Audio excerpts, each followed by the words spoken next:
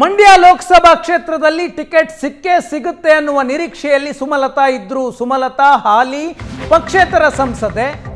ಮಂಡ್ಯದಿಂದ ಲೋಕಸಭಾ ಕ್ಷೇತ್ರದ BJP ticket ಸಿಗುತ್ತೆ ಅಂತ ನಿರೀಕ್ಷೆಯಲ್ಲಿದ್ರು. ಈ ಅವಧಿ ಮುಗಿದ ನಂತರ ಬಿಜೆಪಿ ಟಿಕೆಟ್ ಸಿಕ್ಕಿದ್ರೆ ಬಿಜೆಪಿಗೆ ಜಾಯ್ನ್ ಆಗ್ತೀನಿ ಅಂತ ಕೂಡ ಹೇಳಿದ್ರು.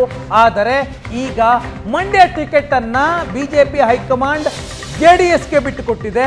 ಹಾಗಾದ್ರೆ ಸಂಸದೆ ಸುಮಲತಾ ರಾಜಕೀಯ ನಡೆ ಏನು? ಮತ್ತೆ ಪಕ್ಷೇತರವಾಗಿ ಸ್ಪರ್ಧೆ ಮಾಡ್ತಾರಾ ಸುಮಲತಾ? ಬಿಜೆಪಿಯ ನಿರ್ಧಾರದಿಂದ ಸುಮಲತಾ ಸಿಡಿದೇಳ್ತಾರಾ? ಕಳೆದ ಬಾರಿ ಪಕ್ಷೇತರ ಅಭ್ಯರ್ಥಿಯಾಗಿ ಸುಮಲತಾ ಸ್ಪರ್ಧೆ ಮಾಡಿದ್ರು. ಜೆಡಿಎಸ್ನ ನಿಖಿಲ್ ಕುಮಾರಸ್ವಾಮಿ ವಿರುದ್ಧ ಗೆದ್ದಿದ್ರು. ಆದರೆ ಈ ಬಾರಿ ಹಾಲಿ ಸಂಸದೆಗೆ ಟಿಕೆಟ್ ಇಲ್ಲ. ಆ ಕ್ಷೇತ್ರ ಮೈತ್ರಿಯ ಕಾರಣದಿಂದ ಜೆಡಿಎಸ್ಗೆ ಹಂಚಿಕೆಯಾಗಿದೆ. ಹಾಗಾದ್ರೆ ಸುಮಲತಾ ಈ ಬಾರಿಯೂ ಪಕ್ಷೇತರ ಅಭ್ಯರ್ಥಿಯಾಗಿ ಕಣಕ್ಕಿಳಿತಾರಾ ಅಥವಾ ಬಿಜೆಪಿಯಲ್ಲಿ ಬೇರೆ ಹುದ್ದೆಯನ್ನು ಕೊಡಬೇಕು ಅಂತ ಸುಮಲತಾ ಪಟ್ಟಿಡಿತಾರಾ?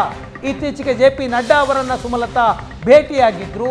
ಸುಮಲತಾ ಜೆ.ಪಿ. ನಡ್ಡಾಗೆ ಹೇಳಿದ್ದಾರೆ, ಮಂಡ್ಯದಿಂದಲೇ ನನ್ನ ರಾಜಕೀಯ ಅಂತ. ಯಾಕಂದರೆ ಸುಮಲತಾಗೆ ಬೆಂಗಳೂರಿನ ಉತ್ತರದಿಂದ ಮತ್ತು ಚಿಕ್ಕಬಳ್ಳಾಪುರದಿಂದ ಆಫರ್ ಕೊಡಲಾಗಿತ್ತು. ಆದರೆ ಸುಮಲತಾ ಎರಡೂ ಕ್ಷೇತ್ರಗಳಿಂದ ನಾನು ನಿಲ್ಲೋದಿಲ್ಲ, ರಾಜಕೀಯ ಮಾಡುವುದಿದ್ದರೆ ಮಂಡ್ಯದಲ್ಲಿ ಮಾತ್ರ ಅಂತ ಸ್ಪಷ್ಟವಾಗಿ ಹೇಳಿದ್ರು.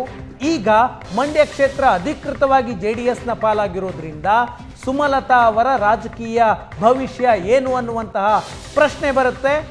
ಆ ಪ್ರಶ್ನೆಗೆ ಇವತ್ತು ರಾಧಾಮೋಹನ್ ಅವರು ಉತ್ತರ ಕೊಟ್ಟರು. ಬೆಂಗಳೂರು ರಾಜ್ಯದ ಬಿಜೆಪಿ ಚುನಾವಣಾ ಉಸ್ತುವಾರಿ, ಅವರ ರಾಜಕೀಯ ಭವಿಷ್ಯ ಮತ್ತಷ್ಟು ಒಳ್ಳೆಯದಾಗತ್ತೆ, ನಾವೆಲ್ಲರೂ ಒಟ್ಟಾಗಿ ಬರ್ತೀವಿ.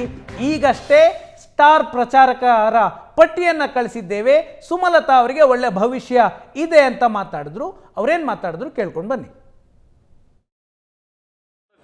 सुमलता आपके साथ बात किया? बहुत अच्छा रोल है। अच्छा, उनका राजनीतिक भविष्य बहुत उज्जवल है। अच्छा। अभी तक कुमारस्वामी और जेडीएस का नेता और बीजेपी का नाम एक साथ नहीं आया, ये वजह क्या? मतलब कोई नहीं, सब एक साथ आ चुके हैं। चुनाव प्रचार तो अब शुरू हो रहा है। अभी आज हम लोगों ने स्टार कैंपेनर की सूची भेजी है, उसमें माननीय देवगौड़ा जी और माननीय कुमारस्वामी जी प्रमुख हैं।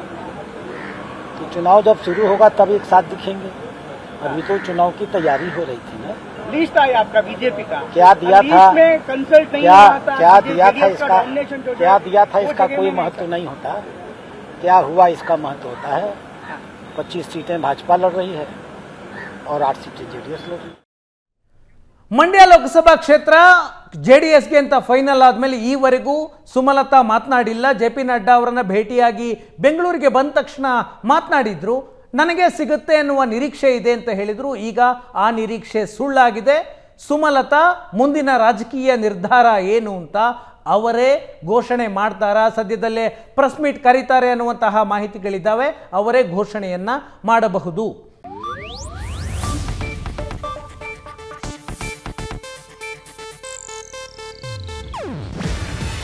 ಇದು ಏಷ್ಯಾನೆಟ್ ನ್ಯೂಸ್ ನೆಟ್ವರ್ಕ್ ಪ್ರಸ್ತುತಿ.